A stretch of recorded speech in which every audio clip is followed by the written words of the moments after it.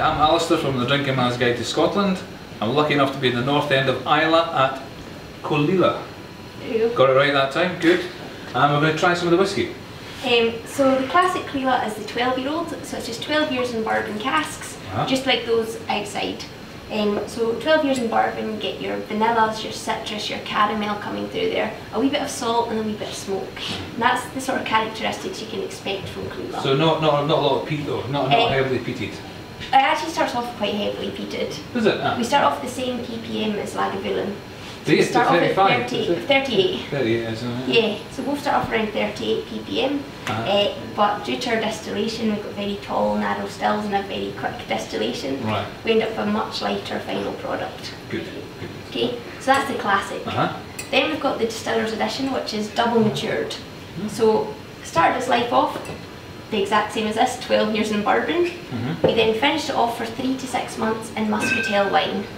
So Spanish dessert wine casks. It's a wee bit sweeter and a wee bit smoother, but it's not overpowering those classic flavours. Right. Because it's just in there for a very short period of time, it's just really complementing those classic flavours.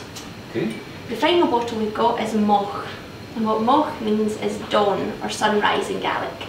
So it's a breakfast whisky.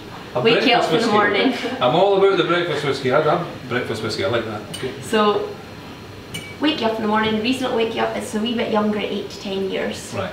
So 8 to 10 years, it's not been in the cask quite as long, so it's not drawn quite as much flavour, but from the wood, but it's still getting those classic flavours coming through. Right. It's a wee bit lighter, you're getting your citrus coming through there still though.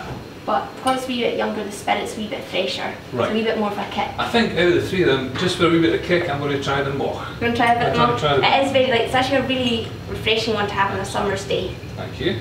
So it's a nice one in summertime. Nice clear. You get a bit of the peat and a bit of the smoke on there. I think maybe the smoke comes through a wee bit more on that one than maybe it does in the 12. Yeah. Some people think it does, just because it's obviously not getting as many of those other flavours coming through yet, so you're getting more of that actual spirit. Yeah, that is a bit younger, that's a bit sharper. Yeah. Nice though. But when did the Caol Ila start? Was it 1846? 1846. But this building's obviously not that old. No, that old, no. It's from the 1970s. So in 72 the old building, we knocked it down, and by 74 back up and running in this new building. So it's a very quick turnaround. They did leave one original building, which was the warehouse you passed on your way in. Yeah, beautiful warehouse. Is that still used? Yes, not so much Caol Ila in it. No. There's a few hundred Caol Ila casks in there, but mainly it is Lagavulin.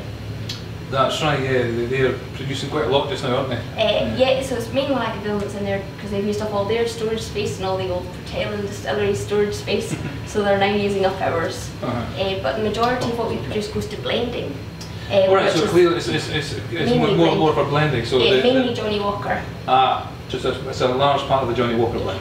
Alright, okay. So mainly we go to Johnny Walker. Up until very recently it was 95%, but in the last few months it's dropped to 85%, so we're getting a wee bit more put aside for single malt. Right, okay. Well, that's nice. So maybe in the future we'll be heading towards more. Hopefully we'll see a wee bit more Caol Ila on the shelves in the next few years. Right. Well, I'm going to finish this off and I'm going to say to the video, thanks very much and see you again in the Drinking Man's Guide to Scotland.